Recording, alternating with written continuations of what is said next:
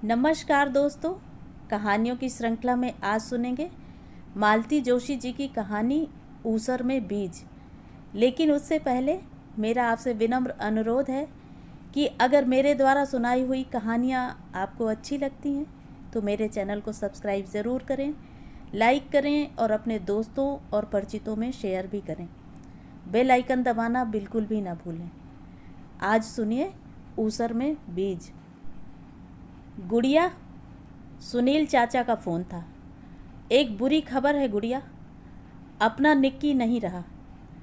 बुरी खबर सुनने के लिए मैं अपने दिल को मजबूती से थामे हुए थी, पर वह खबर इतनी बुरी होगी इसका तो अनुमान ही नहीं था।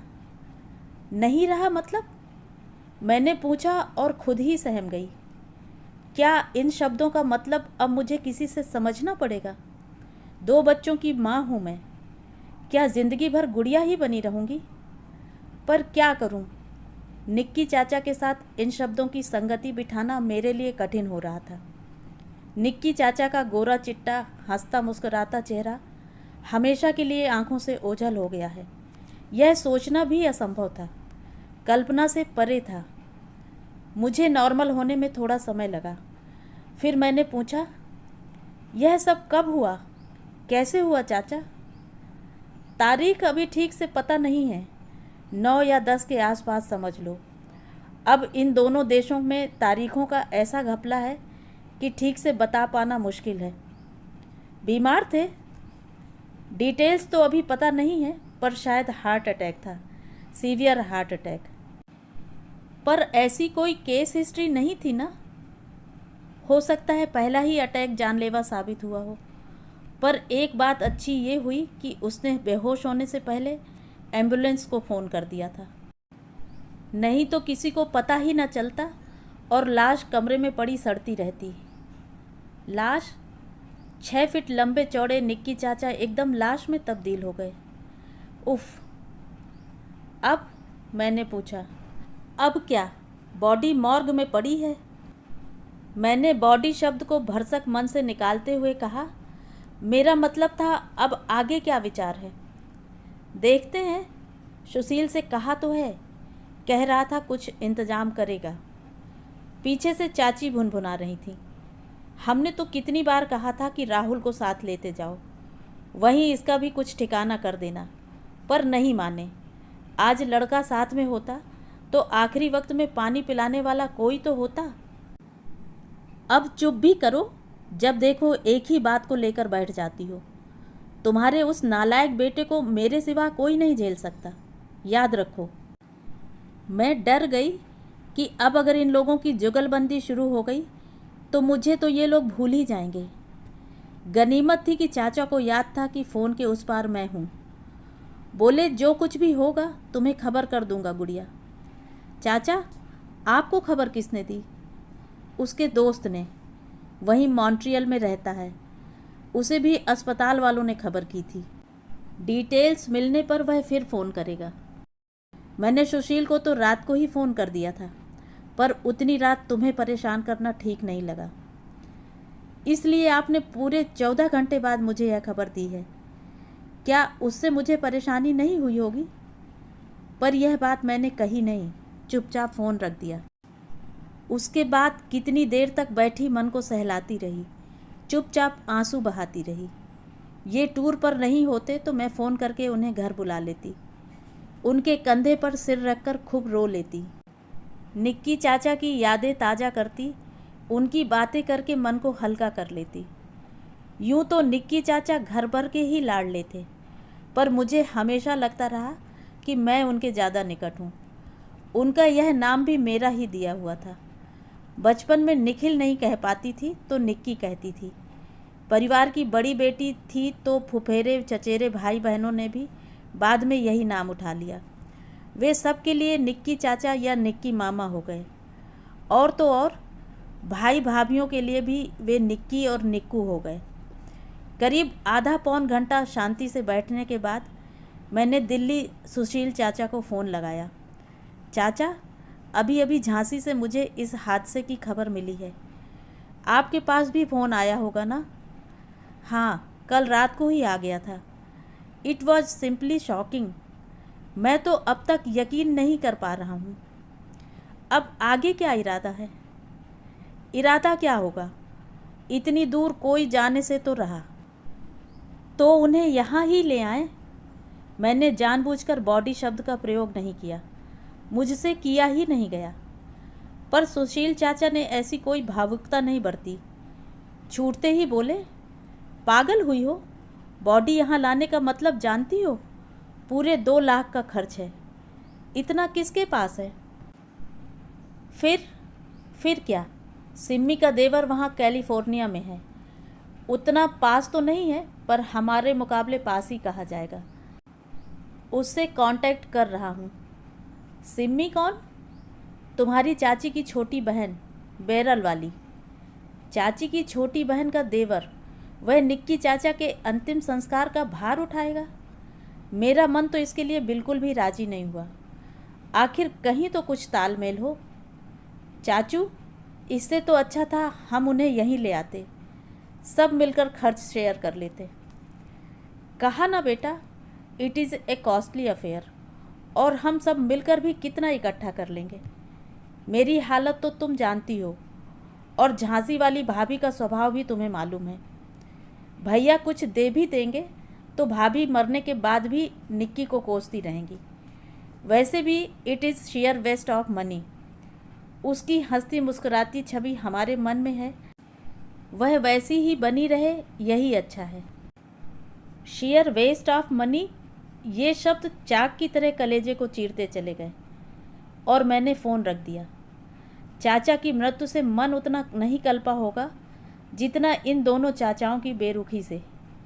यही वे लोग हैं जिनकी यादें मन में संजोए वह शख्स परदेश में अपना अकेलापन काट रहा था।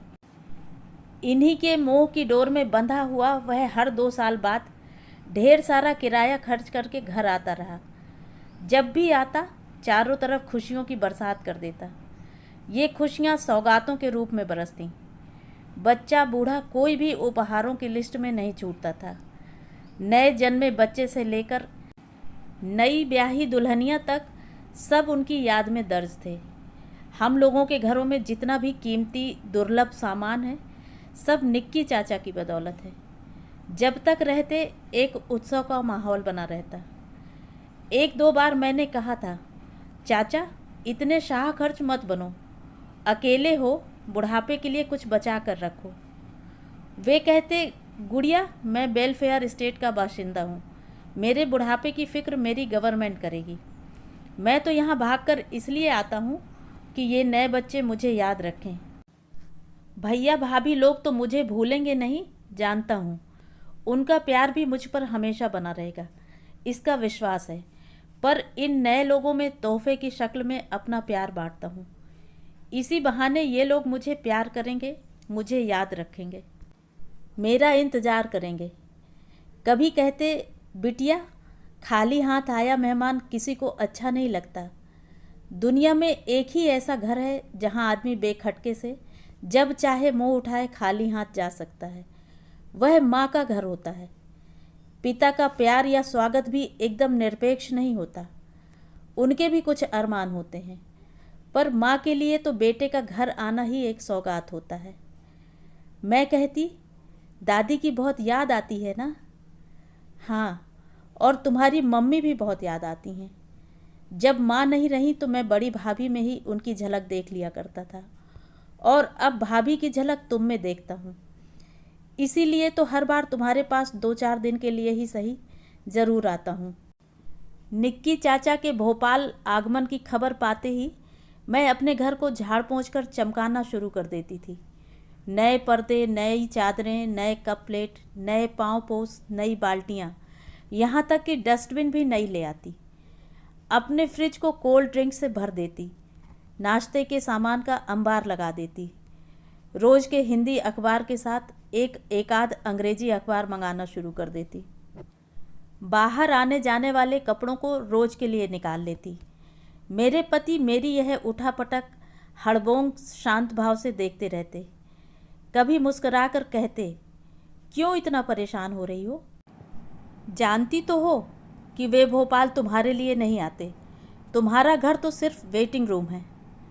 तो मैं तुनक कर कहती, कोई ज़रूरी है कि वेटिंग रूम मनहूस ही हो?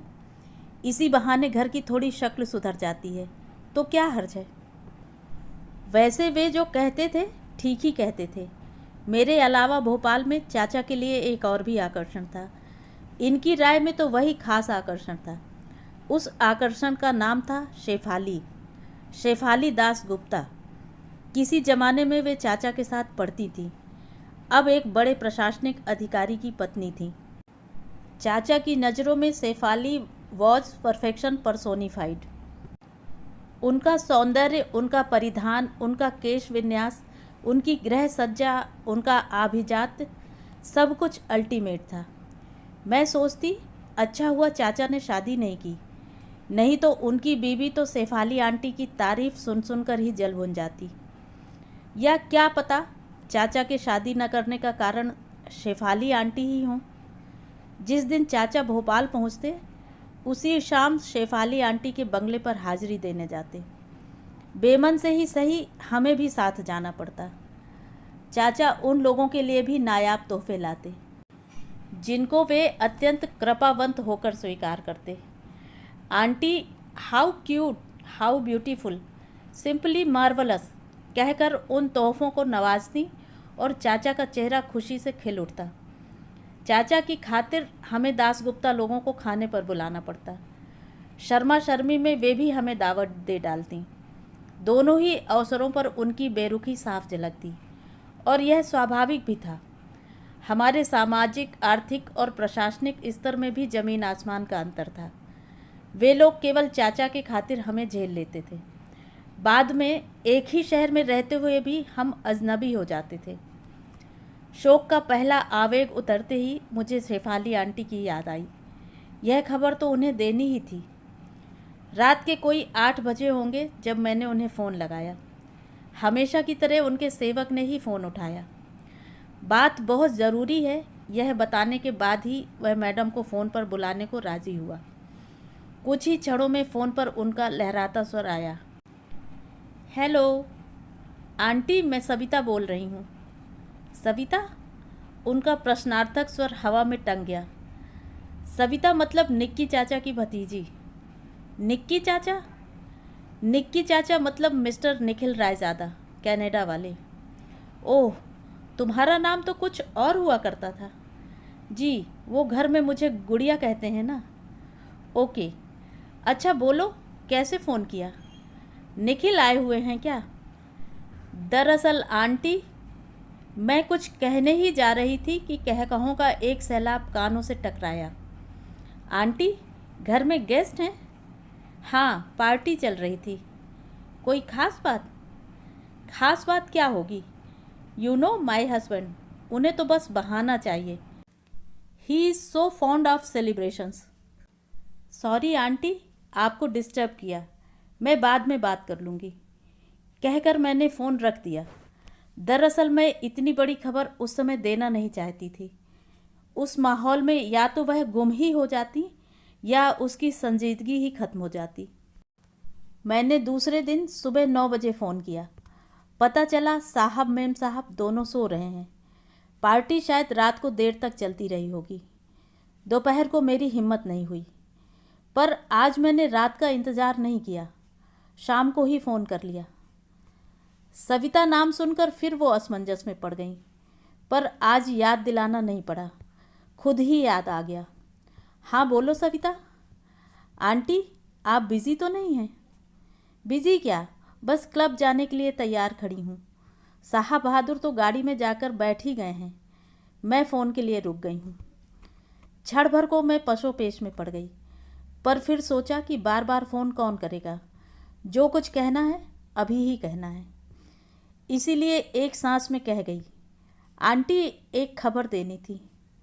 है तो बुरी खबर, पर देनी तो है ना। निक्की चाचा, I mean mister Nikhil Raizada is no more. 9 तारीख को मॉन्ट्रियल में उनका स्वर्गवास हो गया। ओह, उन्होंने एक आह भरी। बीमार थे? जी नहीं, हार्ट अटैक हुआ था, मसिव हार्ट अटैक। ओह, उन्होंने फिर एक आह भरी। And he was all alone there, so sad. फिर उन्होंने पीछे मुड़कर किसी से कहा, साहब से कहो आ रही हूँ। फिर मुझसे बोली, सविता हम लोग फिर बात करेंगे, चलेगा? साहब बहादुर गाड़ी में जाकर बैठ गए हैं और हॉर्न पर हॉर्न दिए जा रहे हैं। He is so impatient you know. अच्छा, convey my heartfelt sorry to your family. Okay, see you. मैंने कहना चाहा कि आंटी, क्या एक दिन निक्की चाचा के सम्मान में आप अपना क्लब जाना स्थगित नहीं कर सकती? इतना तो उनका हक बनता है। पर कह नहीं सकी क्योंकि उस तरफ से फ़ोन रखा जा चुका था और मैं जानती थी कि इस नंबर पर अब मेरी कभी बात नहीं होगी। रिसीवर यथास्थान रखते हुए मैं कह रही थी, चाचू सारी ज़िंदगी तुम प्यार की फसल उगाने का प्रयास करते रहे, पर लगता है सारे बीज तुमने ऊसर में ही छितरा दिए थे। उनमें से एक भी तो अंकुर नहीं फूटा। चाचा की मृत्यु से भी ज़्यादा हृदय विदारक यह सत्य था। तो ये थी कहानी। कहानी आपको कैसी लगी कमेंट करके ज़रूर बताएं।